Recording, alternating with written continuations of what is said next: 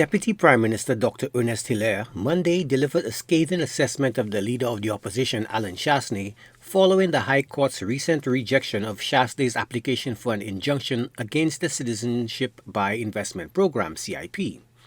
Speaking at a press briefing, Dr. Hilaire characterized the ruling as a monumental decision for the country and suggested the opposition's actions were a deliberate political strategy aimed at economic sabotage.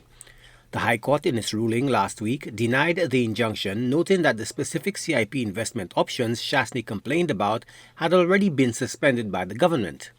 The court also criticized the lack of concrete evidence linking the claims to Saint Lucia. Dr. Hilaire focused heavily on the economic damage he claims Mr. Chastanet's legal actions and public rhetoric have caused, specifically pointing to a halted infrastructure deal. I think for me was personally a very satisfying, although expected, result. But for the country, it was a monumental decision. I don't think you appreciate just how significant that decision was for Saint Lucia.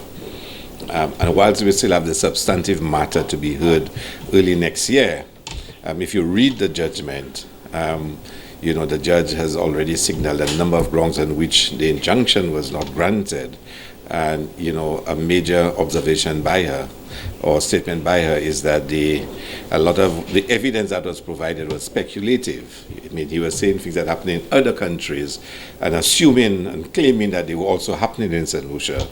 And he would have to come and really prove it. And we've always said those matters and Martinez matters had nothing to do with Saint Lucia. Dr. Hilaire harped on the infrastructure projects that he believes were blocked by the opposition leader's actions.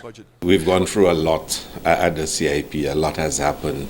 The relentless onslaught by Martinez on our CIP, the support given to Martinez by our Prime Minister and the United Workers' Party.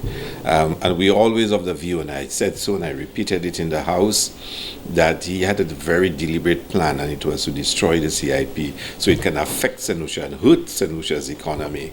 And I made the point in Parliament. Can you imagine if the infrastructure option that we had signed had actually started? Because we never got to start it. You talk about hundreds of millions of dollars that could have been spent in the last 2 years upgrading roads all over St. Lucia, bridges, playing fields, sporting facilities, cultural facilities. Just imagine you having, almost $500 million to spend over 2 to 3 years on infrastructure in the country. And that's what he stopped. He actually stopped it. So when people boast of how well the government has done, how well Philip JP has done, imagine if you had a few more $100 million to spend on this country. The Deputy PM also asserted that the opposition leader's international criticism and legal action served to damage the reputation of St. Lucia and other Caribbean nations that operate CIPs. I think it affected St. Lucia badly. And, once this clears out, we'll have to start all over again.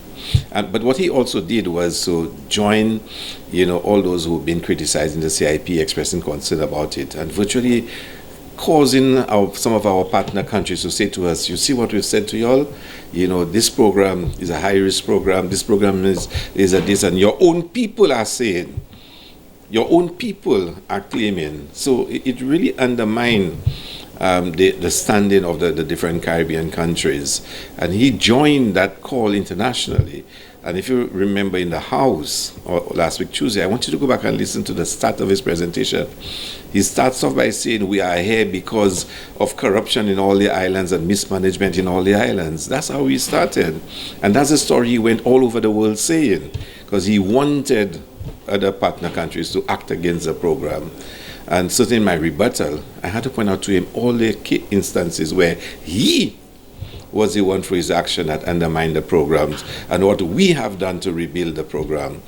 The full case concerning the overall legality of how the CIP is being run is still set to proceed to a court hearing next January. Dr. Hilaire, however, signaled confidence in the government's position, reiterating that the political action was destructive, malicious, and intended to cause the island to suffer for political gain.